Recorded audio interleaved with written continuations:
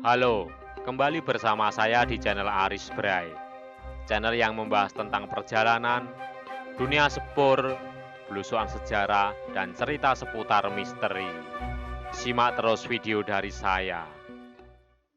Salah satu cerita misteri yang cukup populer dan menjadi kepercayaan di masyarakat tentang adanya ritual pesugihan atau ritual mendatangkan kekayaan dunia dengan bantuan Raja Jin. Pesugihan Gunung Kawi. Begitu ritual ini disebut, telah banyak mengundang rasa penasaran masyarakat dari seluruh Nusantara.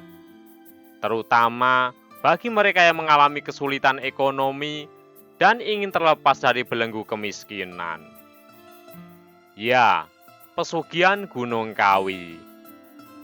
Setiap tahun tak sedikit orang dari seluruh Nusantara datang dan berziarah ke Gunung Kawi. Mereka yang datang biasanya bertujuan untuk mengalah berkah dan mengharapkan datangnya kekayaan dengan jalan pintas melalui ritual pemujaan pada penguasa gaib Gunung Kawi. Dari kisah yang beredar, melakukan pemujaan di Gunung Kawi memang diyakini dapat membuat diri kita menjadi dimudahkan dalam mendapatkan rezeki.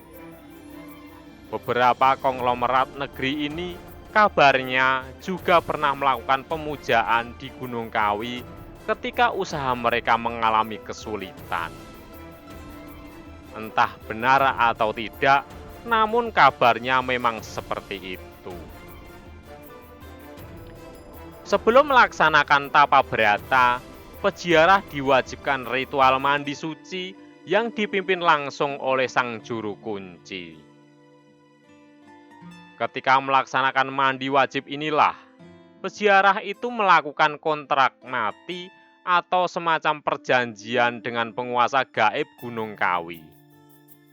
Mereka harus bersedia memberikan tumbal nyawa pada sang penguasa setiap tahun untuk melanggengkan kekayaannya.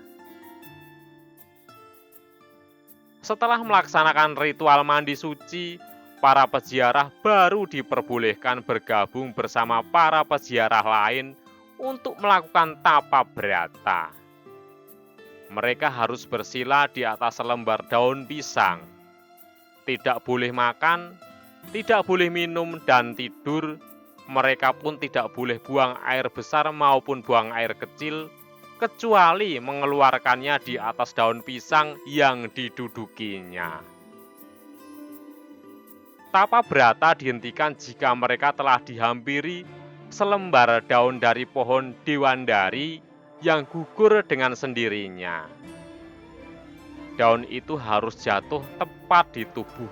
Gugurnya daun dewandaru menandakan bahwa keinginannya untuk menjadi kaya melalui jalur pesugihan Gunung Kawi telah disetujui oleh penguasa gaib penunggu pohon dewandaru itu.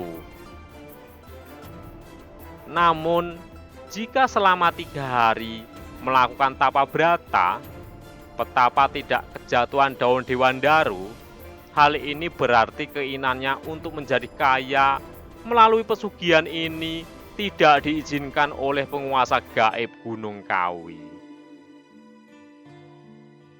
Orang-orang yang gagal mendapatkan daun dewandaru biasanya adalah orang-orang yang memiliki niat buruk. Dan sebetulnya tidak terlalu butuh karena secara ekonomi sudah berkecukupan. Sedangkan orang yang berhasil memperoleh daun dewandaru adalah mereka yang benar-benar sudah dalam posisi sulit, terlilit hutang, dan mengalami kesulitan ekonomi. Setelah menjalani ritual pesugihan gunung dan mendapatkan selembar daun dewandaru, petapa harus pulang dan menyimpan daun yang didapatkannya itu di dalam bantal tempat tidurnya.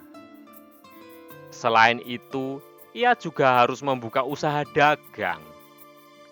Daun dewandaru yang disimpannya dalam bantal akan membantu melariskan dagangannya, menambahkan uang secara gaib ke dalam laci penyimpanan uang, dan membantu melancarkan usaha tersebut secara spiritual. Setelah 1 tahun, pemilik pesugihan biasanya akan mulai mengalami peningkatan ekonomi. Ketika itu, ia mulai harus menyerahkan tumbal seorang manusia yang masih memiliki hubungan darah sepersusuan dengannya. Ia harus menunjukkannya dan merelakan kepergian saudaranya itu untuk dijadikan pesuruh di kerajaan gaib Gunung Kawi. Setiap tahun tumbal harus diberikan melalui ritual tertentu. Seorang yang ditunjuk menjadi tumbal biasanya akan mati secara mendadak tanpa diduga-duga. Selain itu, setiap kali memberi tumbal, kekayaan pemilik pesugihan biasanya akan melonjak secara drastis. Nah, demikianlah pemaparan sekilas mengenai pesugihan Gunung Kawi beserta ritual-ritual yang harus dijalani. Sangat mengerikan sekali. Semoga kita semua terhindar dari kesulitan rezeki dan segala bujuk rayu setan, apalagi dengan ritual pesugihan seperti ini.